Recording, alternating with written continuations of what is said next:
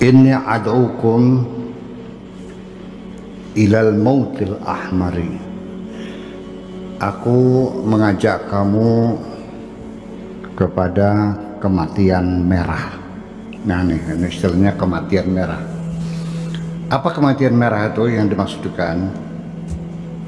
Wahwa mukhalafatun nafsi wal hawa, yaitu melawan, siap berseberangan dengan nafsu dan hawanya. Siap berseberangan melawan nafsu dan hawanya. Bahasa Indonesianya digabung, hawa nafsu. Ada nafsu itu punya hawa gitu. Kitanya nafsu dan hawanya, tapi kita bilangnya hawa nafsu. Wattaba, dan watak buruk kita, yang kebiasaan buruk kita. Wasyaitan, dan juga melawan setan kita. Wadunya, dan melawan dunia. Maksudnya melawan dunia itu bukan perang, tapi artinya mengabaikan, ya, membiasakan diri dengan pola hidup sederhana, ya, tidak serakah menepuk dunia. Ngapain toh nanti juga ditinggal lagi kok, ya kan, kita hanya sementara. Wal khuruj anil khalqi, dan keluar dari kemakhlukan. Biar saya terangkan satu persatu supaya yang penting bukan hatam, ya, yang penting ngerti kan, ya. Dan keluar dari kemakhlukan, maksudnya apa? Melepaskan diri dari ketergantungan kita kepada sesama kita. Kita tidak usah banyak berharap kebaikan dari sesama. Kita enggak usah ketika berbuat baik ingin ditonton oleh teman-teman kita. Ketika kita berbuat kejahatan nggak usah bersembunyi-sembunyi, barangkali ada yang melihat teman-teman kita. Allah tahu semua kok, ya. Kemudian kita hanya berusaha untuk bagaimana menyenangkan Allah. Artinya mencari ridha Allah, itu artinya menyenangkan Allah. Tidak semata-mata hidup ini untuk menyenangkan orang lain. Karena sangat mustahil sekali kita dalam hidup ini berupaya bagaimana supaya orang senang semua kepada kita. Nggak mungkin terjadi, dan itu pasti gagalnya. Itu tinggalkan semuanya, keluar dari kemakhlukan. Tidak menuntut penghargaan dari siapapun, tidak mengharapkan penghormatan dari siapapun, tidak berangan-angan mendapat pengakuan dari siapapun. Itu semuanya kita keluar dari kemakhlukan. Itu maksudnya, ya. Selagi kita hidup kita masih mengharapkan sanjungan, percayalah hidupmu akan selalu melelahkan, karena itu semua tidak akan kamu dapatkan semuanya itu, ya. Tasawuf itu kan mencari kedamaian di hati kita sendiri, itu. Wa tarku ma siwal haqqi azza wa jalla fil jumlah. Secara umum artinya garis besarnya mah kita tinggalkan apa saja selain Allah. Goodbye forever. Udah. Apakah jabatan, kepentingan, pangkat, segala macam itu goodbye semuanya. Kita tinggalkan semuanya, selamat tinggal selamanya.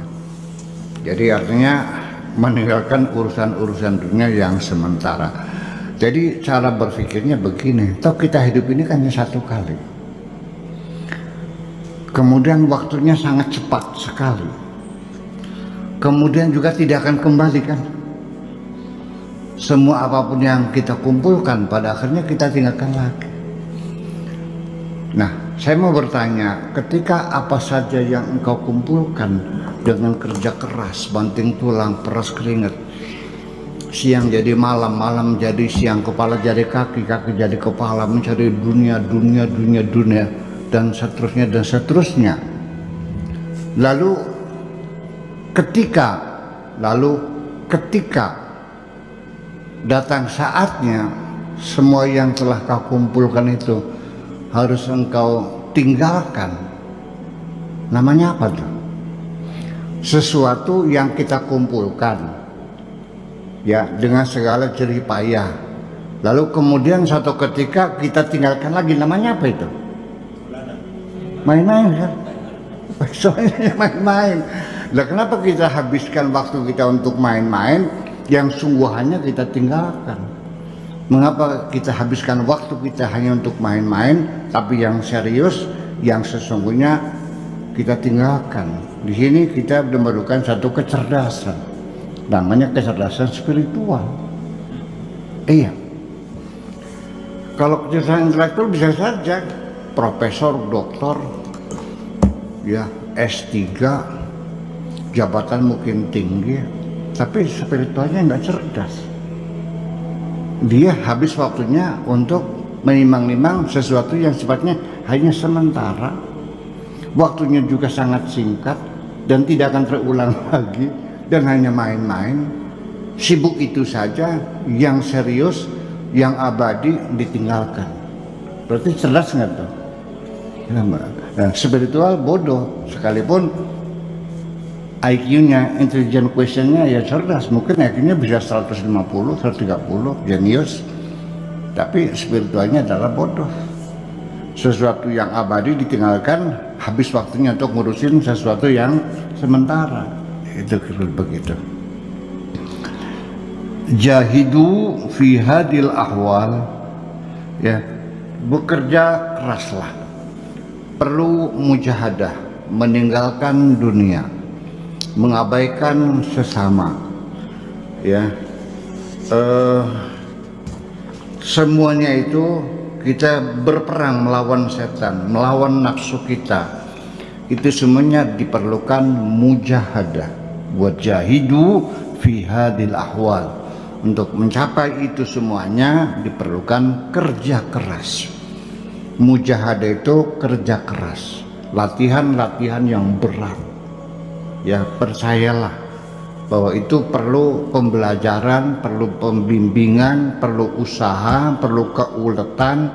Tidak boleh mudah berputus asa, jatuh lagi, bangun lagi, jatuh lagi, bangun lagi. Lama kelamaan kamu bisa nggak? Bisa. Anda bisa berjalan kan? Nah, dulu kepengen bisa berjalan itu sungguh-sungguh atau sekedar barangkali bisa saja gitu? Ada yang bimbing nggak? Siapa yang bimbing? Orang tua. Sering jatuh nggak? Bosan nggak? Kita belajar benar juga seperti itu. Jangan pernah bosan. Perlu pembimbing yang tulus, ya. Dan Anda terus mencoba dan bekerja keras. Itulah makanya istilah jihad itu, mujahadah itu artinya kerja keras tanpa mengenal lelah. Ya, jangan diartikan negatif. Jihad itu ngebom hotel gitu. Lalu jangan berharap matinya mati syahid, itu mati sangit namanya, bukan mati syahid. Gitu. Wala tayasu fa innal haqqa azza wa jalla qala kullu yaumin huwa fi sya'nin. Dan juga jangan pernah berputus asa. Jangan terburu cepat bosan. Salah satu yang menyebabkan orang itu gagal, sebetulnya banyak sekali kasusnya. Setelah dia berusaha apa saja, baik bisnis, cara mencari karir, pendidikan, atau juga ya mengejar jabatan, mencari jodoh dan sebagainya. Sebetulnya mah saya melihat banyak sekali tinggal sejengkal lagi dia berhasil. Tetapi dia keburu bosan, keburu jenuh, keburu putus asa. Akhirnya ya udahlah, barangkali bukan nasib saya, ya udah. Sayang sekali. Makanya yang penting dalam ketika kita ingin belajar benar, itu satu, jangan pernah bosan, jangan mudah jenuh, jangan pernah kapok, ya, sama sekali jangan sampai putus asa. Kalau Anda jatuh, bangun lagi, jatuh lagi, jatuh lagi. Dan jangan pernah mengatakan aku gagal. Katakanlah keberhasilanku tertunda untuk sementara. Barangkali sebentar lagi. Banyak sekali orang sudah tinggal waktunya begini. Ada nasihat dari ketika saya kecil masih mondok di Babakan Ciwaringin dulu.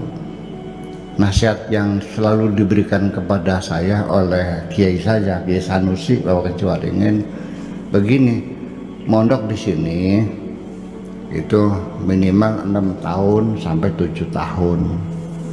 Ya, jangan sering pindah-pindah pesantren. Karena ibaratnya seperti kita menggali sumur.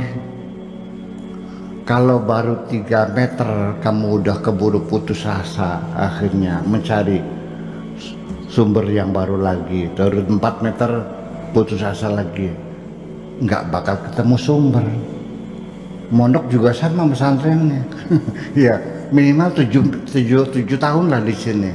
Insya Allah berhasil, daripada muter-muter pondok akhirnya dapat ilmu sama sekali karena keburu putus asa.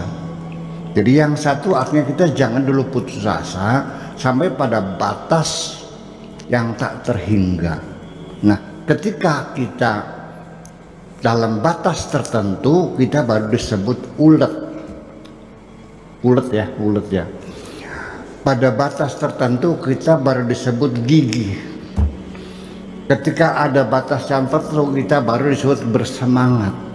Tapi kalau tidak ada batasnya, itulah namanya kesabaran. Ya, sampai kapan ya? Sampai kapan saja. Dan itulah makanya innallaha ma'as sabirin. Allah bersama dengan orang-orang yang sabar.